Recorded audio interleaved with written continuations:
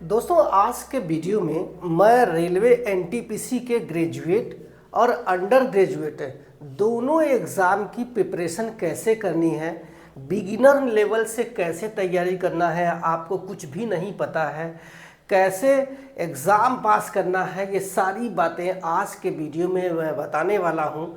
तो आप शुरू से लेके लास्ट तक बने रहना, बहुत ही मज़ेदार आज का वीडियो होने वाला है। और आज के जो वीडियो में जो बातें मैं बताने वाला हूं उसको मैंने इस बोर्ड पर सारी चीज़ें लिख लिया है। अब एक एक चीज़ आपको बताने की ज़रूरत है कि कैसे आप भी अपनी तैयारी को आयाम दें जिससे कि आपका एक पोस्ट हो जाए। और आपको बता दूं कि अगर आपने रेलवे एनटीपीसी का फॉर्म भर दिया है, चाहे ग्रेजुएट चाहे अंडर ग्रेजुएट का, तो इसका जो एग्ज़ाम होगा आज से 6 से 8 महीने के बाद एग्ज़ाम होगा। तो आपको इतना रेलवे टाइम दे देती है कि आप अपनी जो तैयारी है अगर आज से भी स्टार्ट करते हैं तो एक पोस्ट आपका ईजिली इसमें से हो सकता है। तो ग्रेजुएट लेवल का जो टोटल पोस्ट है ये 5810 है, वही अंडर ग्रेजुएट का जो पोस्ट है टोटल ये 3058 है। ग्रेजुएट लेवल का जो फॉर्म भरे जा रहे हैं ये 21 अक्टूबर 2025 से भरे जा रहे हैं। लास्ट डेट 20 नवंबर 2025 है। वही अंडर ग्रेजुएट यानी 12th लेवल का जो फॉर्म है ये आपका 28 अक्टूबर से भरे जा रहे हैं। लास्ट डेट आपका 27 नवंबर 2025 है। तो चलिए जानते हैं कि कैसे आप भी इस एग्ज़ाम के लिए अपनी तैयारी है अच्छे से कर सकते हैं। आपको कुछ भी नहीं पता है कि करना क्या है, तो आइए शुरू करते हैं। तो सबसे पहले आपको बता दूं कि ये जानना बेहद ज़रूरी है कि रेलवे एनटीपीसी होता क्या है, इसका कैसे तैयारी करना है। इस पे सबसे पहले बात करूं एनटीपीसी की, तो ये नॉन टेक्निकल पॉपुलर कैटेगरीज है, यानी आपको ढेर सारी कैटेगरीज, ढेर सारे पोस्ट है, उन सारे पोस्ट के लिए एक ही एग्ज़ाम देना होगा। उस एग्ज़ाम को अगर आप पास कर जाते हैं तो उसमें से आपको पोस्ट प्रेफरेंस के आधार पर आपने जैसे जैसे पोस्ट चुना है कि मुझे पहले नंबर पर ये पोस्ट चाहिए, दूसरे नंबर पर ये पोस्ट चाहिए, तो आपकी पोस्ट प्राथमिकता के आधार पर ये जो पोस्ट है ये दे दिया जाता है। तो सबसे पहले हमें जानना ये ज़रूरी होता है कि हमारा जो एग्ज़ाम है इस एग्ज़ाम का प्रोसेस क्या है। तो उस एग्ज़ाम में आपको ये जानना ज़रूरी है कि कैसे हमारा एग्ज़ाम होगा। तो आपने फॉर्म भर दिया और फॉर्म भरने के बाद आपने अपने जो है पोस्ट भी चुन लिए, और पोस्ट चुनने के बाद अब आपका जब एग्ज़ाम होगा तो उसमें पहला जो पड़ाव होगा जिसको हम प्री एग्ज़ाम बोलते हैं, जिसको हम CBT 1 बोलते हैं, ये आपका एक स्क्रीनिंग नेचर का है। इसका आपके जो है मेरिट से कोई लेना देना नहीं, बट इसको पास करना बेहद ज़रूरी है। जब आप इसको पास कर जाते हैं तो आप CBT 2 में चले जाते हैं और इसी CBT 2 की मेरिट आपको रेलवे में जॉब दिलाएगी। और आपको बता दूं कि जितने भी लोग बैठते हैं, चाहे वो ग्रेजुएट लेवल के चाहे अंडर ग्रेजुएट लेवल के, सारे पोस्ट के लिए CBT 1 और CBT 2 कॉमन होगा।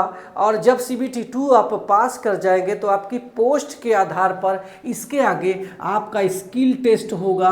और स्किल टेस्ट अगर आपने टाइपिंग वाले पोस्ट चुना हुआ है तो आपका जो है टाइपिंग होता है। और आपको बता दूं कि अगर आपने CBT 2 पास कर जाते हैं तो टाइपिंग बहुत ही इजी होता है, बहुत आसानी से आप पास कर जाएंगे।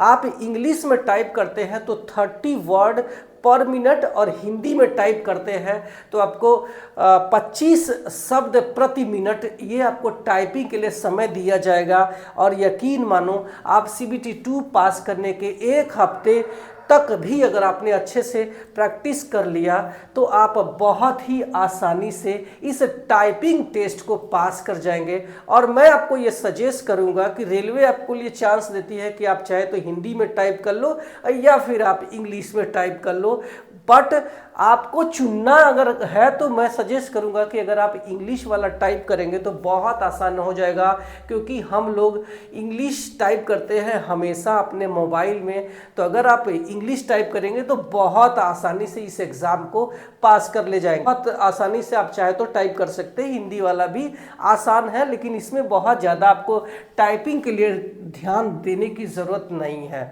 ठीक है, आपके एग्जाम के लिए किसी भी प्रकार के टाइपिंग सर्टिफिकेट की जरूरत नहीं है। सीबीटी 2 के बाद अगर आपने ग्रेजुएशन लेवल से आपने जूनियर अकाउंट असिस्टेंट कम टाइपिस्ट या फिर सीनियर क्लर्क कम टाइपिस्ट चुना है तो उसके लिए आपका स्किल टेस्ट होगा। अगर आपने अंडर ग्रेजुएट के लिए क्लर्क कम टाइपिस्ट और अकाउंट क्लर्क कम टाइपिस्ट वाली पोस्ट चुना है तो उसमें भी टाइपिंग टेस्ट होता है। तो ये आपका स्किल टेस्ट उसके लिए हो जाएगा। सीबीएटी होगा अगर मान लीजिए कि आपने ग्रेजुएट लेवल से स्टेशन मास्टर वाली पोस्ट चुना है तो आपके लिए एक साइको टेस्ट से गुजरना पड़ेगा, या फिर आपने traffic assistant metro rail Kolkata के लिए सेलेक्ट कर लिया है तो उसमें भी आपका सीबीएटी टेस्ट होगा। तो आपको ये भी बहुत आसान है, मात्र 10 से 15 दिन की प्रैक्टिस में आप सीबीएटी भी पास कर जाएंगे। आपका पूरा फोकस इस सीबीटी 1 और सीबीटी 2 पर होना चाहिए, बाकी का आपको बाद में छोड़ देना चाहिए। उसके बाद आपका डॉक्यूमेंट वेरिफिकेशन होगा। डॉक्यूमेंट में आपको वेरिफिकेशन में वही डॉक्यूमेंट चेक किए जाएंगे जो आपने फॉर्म भरते समय बताया है, जैसे मेरी 10th की मार्कशीट और आधार कार्ड, और उसके अलावा आपका कास्ट सर्टिफिकेट वगैरह चेक करेंगे। और चेक करने के बाद आपको तुरंत वापस भी कर दिया जाता है। ऐसा नहीं कि रेलवे आपके ये सारे डॉक्यूमेंट जमा कर लिया, ऐसा कुछ भी नहीं है, तो वापस कर देगा। इसके बाद आपका मेडिकल हो जाएगा और इस मेडिकल के आधार पर आपकी पोस्टिंग हो जाएगी। तो आपको पोस्ट चुनते समय मेडिकल को बहुत ही ध्यान में रखना है। अगर आपने गलती से भी इस मेडिकल को गलत चुन के आपने गलत तरीके से फॉर्म भर दिया है तो अभी भी आपके पास टाइम है। जब इसका लास्ट डेट होगा तो उसके बाद 2 दिन के बाद इस फॉर्म में मॉडिफिकेशन के लिए एक दिया है टाइमिंग, उस मॉडिफिकेशन में आप चाहे तो अपने पोस्ट प्रेफरेंस को भी बदल सकते हैं अपनी मेडिकल स्टैंडर्ड के आधार पर। और आपको बता दूं कि अगर आप चश्मा वगैरह लगाते हैं तो आपको क्लर्क वाली पोस्ट को पहले नंबर पर रखना चाहिए, बाद में आपको दूसरा पोस्ट पर जाना चाहिए। तो ये आपको अपना जो है टारगेट समझ में आ गया कि हमारा जो है एग्ज़ाम प्रोसेस क्या है।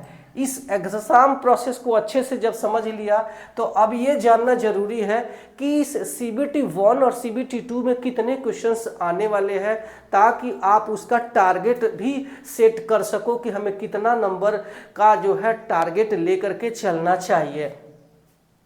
तो आपको बता दूं कि ये जो एग्ज़ाम पैटर्न है इससे सीबीटी 1 में 100 सवाल पूछे जाएंगे और ये 100 सवाल आपको ऑनलाइन कंप्यूटर पे दिए जाएंगे, जिसके लिए आपको 90 मिनट का समय दिया जाएगा और 1/3 का नेगेटिव मार्किंग रहेगा। यानी एक सवाल अगर आप गलत करते हैं तो आपका 1/3 नंबर काट लिया जाता है।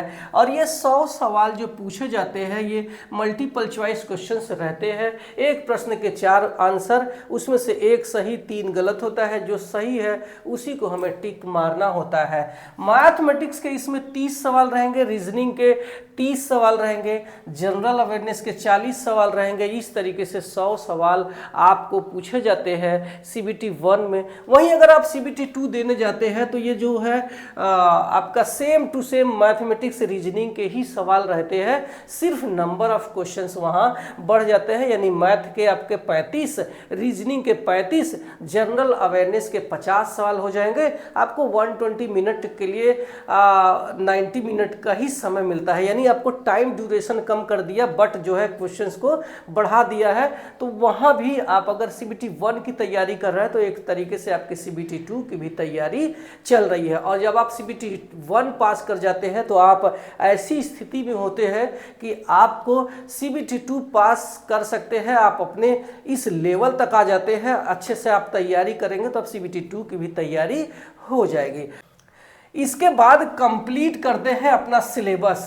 सिलेबस को अगर आपको जानना है तो आपको बता दूं कि आपका जो नोटिफिकेशन है उस नोटिफिकेशन में ही रेलवे सिलेबस दे देती है। तो जब भी आप भारतीय रेलवे के किसी भी ऑफिशियल वेबसाइट पर जाएंगे तो वहाँ पर रेलवे एनटीपीसी के ग्रेजुएट अंडर ग्रेजुएट का जो नोटिफिकेशन है उसमें ही सिलेबस दे दिया है। तो आपका जो सिलेबस है इसको एक तरीके से अच्छे से डीप स्टडी करके 2 महीने के अंदर आपको अपना जो सिलेबस है पूरा का पूरा समाप्त करना है। आपको ये देखना है कि कहीं कोई मेरे सिलेबस से कोई सब्जेक्ट छूट न जाए, इस वजह से एक बार उस सिलेबस को आपके नोटिफिकेशन से देखना बेहद ज़रूरी है। अब नेक्स्ट स्टेप क्या है, ये है इसके बाद ये जो मैंने बता दिया कि आपको जो सिलेबस कंप्लीट करना है या तो आप ऑनलाइन कर लो। ऑनलाइन करने के लिए आप चाहे तो बहुत सारे ऑनलाइन कोर्सेज चल रहे हैं और ये लोग क्या करते हैं, सिलेबस आपका बहुत जल्दी कंफर्म करवा देते हैं, कंप्लीट करवा देते हैं, उसमें ज़्यादा टाइम नहीं लगता है। तो ये चाहे तो आप ऑनलाइन भी कर सकते हैं या फिर आप ऑफलाइन कर सकते हैं। ऑफलाइन का मतलब है कि आप किताबें खरीद लो और किताबें खरीद करके मैं हमेशा से अच्छी अच्छी किताबें आपको बताते रहता हूं। आप उस किताबों को लेकर के अच्छे से अपना जो सिलेबस है उसको कंप्लीट करो। मैं इस वीडियो के डिस्क्रिप्शन में भी टैग कर दूंगा कौन सी किताबें जो इसके लिए बेस्ट होती है, तो वो भी आप वहां से ऑर्डर कर सकते हैं। या फिर आप प्ले लिस्ट जो यूट्यूब पे पड़े हैं जो कि फ्री ऑफ कॉस्ट है, चाहे वो गगन प्रताप की हो, चाहे वो साहिल सर की हो, चाहे राकेश यादव की हो। मैं यहाँ पे किसी का यहाँ पे प्रमोशन नहीं कर रहा हूँ, लेकिन चूंकि आपको फ्री में सारी चीज़ें अगर यहाँ पे चाहिए तो ये चीज़ें फ्री में मिल जाती है। आपको अगर किताबें चाहिए तो आप चाहे तो यहाँ पे किताबें ले सकते हैं। बहुत सारी किताबें हैं, चाहे आप किरण की ले लो, चाहे दिशा वाली की ले लो। इससे आप अपना सिलेबस कंप्लीट कर लो। 2 महीने के अंदर आपको सिलेबस कंप्लीट कर लेना है। उसके बाद का जो स्टेप होगा ये होगा कि आपको रिवीजन करना है, टॉपिक वाइज रिवीजन करना है। ध्यान रखना अपना जो स्टडी है ये सेट करना है 9 आवर्स, 9 घंटा आपको अपने को देना ही है। और इस 9 घंटे के दौरान आपको पर डे 3 घंटा एक सब्जेक्ट के लिए देना है, यानी मैथमेटिक्स के लिए 3 घंटा, रीजनिंग के लिए 3 घंटा और जनरल अवेयरनेस के लिए आपको 3 घंटे देना बेहद जरूरी है।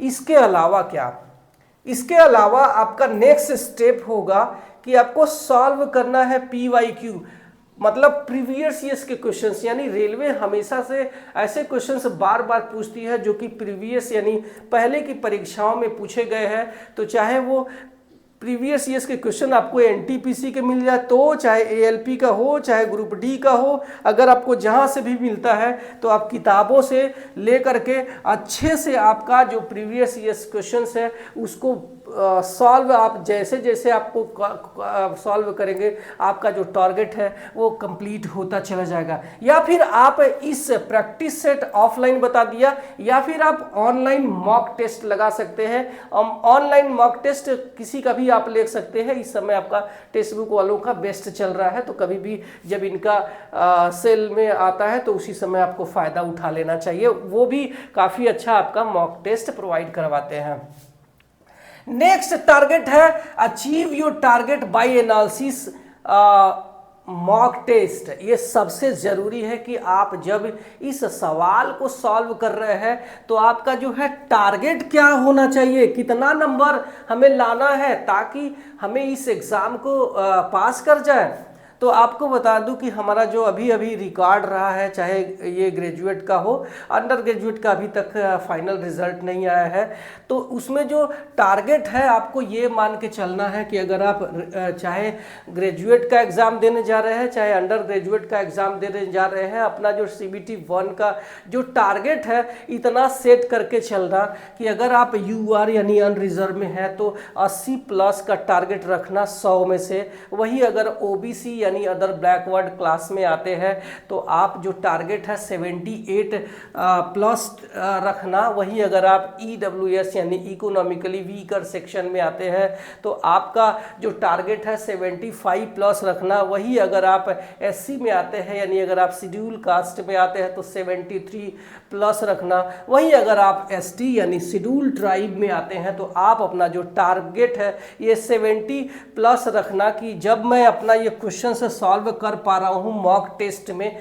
या फिर प्रैक्टिस से सॉल्व कर रहा हूँ तो क्या मैं 100 में से ये जो मेरी कैटेगरी है इस कैटेगरी के नंबर को अचीव कर पा रहा हूँ। अगर आप इस नंबर को अचीव कर पा रहे हैं तो आप सही रास्ते पर जा रहे हैं, ये आपको उम्मीद करके चलना है। इसके बाद क्या नेक्स्ट स्टेप है, मैथ और रीजनिंग और आपका जो जनरल अवेयरनेस को पढ़ना कैसे है इसको अच्छे से समझ लेना। तो आपको जो मैथ है ये रीजनिंग है इसको बार बार प्रैक्टिस करना है। आप ऐसा नहीं कि आप किताबें सिर्फ पढ़ के खोल के बैठे हो या फिर आप वीडियोस देख रहे हो लेकिन आप प्रैक्टिस नहीं कर रहे हो। अगर आप खुद से प्रैक्टिस नहीं कर रहे हैं तो कहीं ना कहीं आप नॉट सिलेक्शन वाले कैटेगरी में जा रहे हैं, आप फेल होने वाली कैटेगरी में जा रहे हैं। तो आपको मैथ और रीजनिंग को बार बार खूब प्रैक्टिस करना है। मैथ में वो टॉपिक उठाना है सबसे पहले जो आपको इजी है, उसके बाद आपको हार्ड टॉपिक की तरफ जाना है। अगर आपको ये टारगेट चाहिए, आपको ये रेलवे में सिलेक्शन चाहिए तो आपको किसी भी सब्जेक्ट को इग्नोर करना नहीं है। बहुत सारे बच्चे पूछते हैं कि सर मेरा मैथ कमज़ोर है या फिर मेरा जो रीजनिंग कमज़ोर है तो मैं क्या करूँ, तो क्या उसको छोड़ दूँ, बिना मैथ के एग्ज़ाम पास किया जा सकता है? तो आपको बता दूं कि आप रेलवे के एग्जाम को अगर चाहते हैं मेरिट में आना तो आपको किसी भी सब्जेक्ट को इग्नोर करना नहीं होगा, क्योंकि आजकल कंपटीशन बहुत बढ़ गया है। आपको उसको रगड़ के पढ़ना ही पड़ेगा। तो आपको अपना मैथ और रीजनिंग को अच्छे से तैयार करना है। इसके बाद ये जो हमारा जनरल अवेयरनेस का क्वेश्चंस है, आपको 3 घंटे में एटलीस्ट कम से कम 100 क्वेश्चंस को अच्छे से तैयार पर डे करना होगा। और इसमें आपका 50 क्वेश्चंस एंशिएंट जीके यानी कि जो हमारा जनरल नॉलेज है वो, और 50 क्वेश्चंस हमारा करंट अफेयर्स का होना ही चाहिए, क्योंकि रेलवे NTPC के एग्ज़ाम में करंट अफेयर्स के बहुत सारे सवाल जनरल अवेयरनेस में डाले जाते हैं। तो ये टारगेट आपको ले करके चलना है।